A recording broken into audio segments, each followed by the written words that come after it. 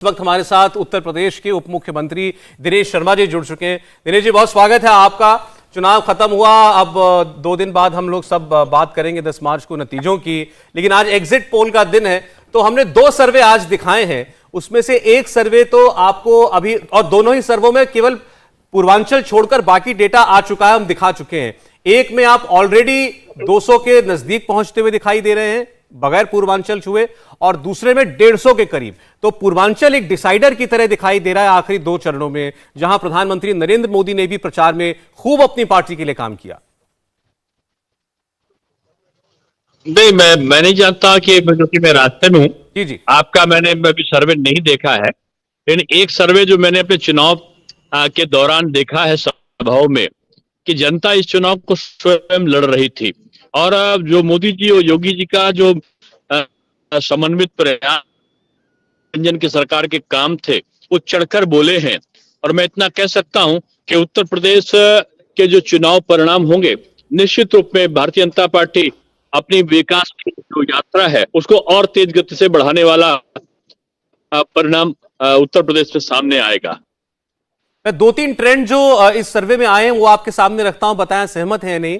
पहले जो बात सब लोग कह रहे थे कि इस बार चुनाव बाइपोलर हो गया है, केवल 2 ही खेमों के बीच में लड़ाई दिखाई दे रही है। एक तरफ आपकी पार्टी है, दूसरी तरफ अखिलेश यादव है। आप सहमत हैं? क्योंकि सर्वे में बसपा कांग्रेस कहीं लड़ाई में दिखाई ही नहीं देती।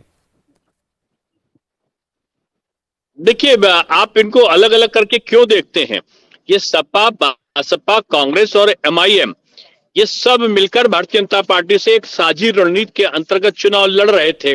पिछले बार भी ये सब तीनों आपस में घोषित रूप में आपस में मिलकर लड़े थे, और अब की अघोषित रूप में लड़ रहे थे। झंडा केवल अलग था, लेकिन रणनीति साझे में थी, और साझे की रणनीति के अंतर्गत ये अपने प्रत्याशियों को खड़ा कर रहे थे दूसरे प्रत्याशी के लिए। इसलिए अब आप ये कह सकते हैं कि ये चुनाव साझे के तौर पर ये लड़ा जा रहा था, और भारतीय जनता पार्टी की एक तरफ राष्ट्रवादी विचारधारा थी, दूसरी तरफ सांप्रदायिकवादी और क्षेत्रवादी, परिवारवादी और जो कहना चाहिए जातिवादी सोच थी। इन 2 सोचों के बीच में मैं समझता हूं कि विकासवादी जो अवधारणा है वो पूरे उत्तर प्रदेश में अगले 5 वर्षों में उत्तर प्रदेश को सर्वोच्च स्थान पे पहुंचाएगी। विकास की यात्रा जो हमारी 2017 से 2022 तक योगी जी के नेतृत्व में चली है, वो यात्रा और तेज गति से चलेगी, ऐसा मुझे विश्वास है। दिनेश जी, चुनाव में तो चले सभी नेता, सभी पार्टियां बढ़ चढ़कर दावे करते हैं। अखिलेश यादव तो 403 में से 400 सीटें जीतने की बात करते थे, आज वो कम से कम 300 पर आ गए हैं। लेकिन चुनाव के बाद अब तो मैं चाहूंगा एक ऑनेस्ट असेसमेंट आप अपनी दें। कितनी सीटें आपको लगता है कि आपकी पार्टी ला सकती है? नहीं, आपने अपने सर्वे में क्या दिखाया मैं देख नहीं पा रहा हूँ, कि रास्ते में चलते चलते मोबाइल से बोल रहा हूँ। आपने सर्वे क्या दिखाया? मैं अभी चूंकि मैंने पूरा सर्वे नहीं दिखाया, मैं आपको बता देता हूं। आप समझिए, अब लगभग 300 सीटों का सर्वे दिखा चुके हैं। एक सर्वे में 300 में से आपको 200 के करीब मिल रही हैं, और दूसरे में 300 में से लगभग 150।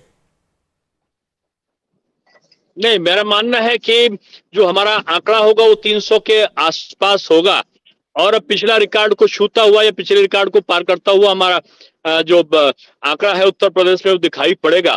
ये चुनाव ऐसा रहा है जिसको जनता ने स्वयं लड़ा है, और मैं समझता हूं कि सभी घरों में मोदी जी और योगी जी पहुंचे हैं। इसलिए जो जनसभाओं में आती हुई भीड़ थी, जो लोगों का भारतीय जनता पार्टी के नेताओं के सकारात्मक जो भूमिका थी, निश्चित रूप में इस चुनाव के परिणाम अप्रत्याशित होंगे।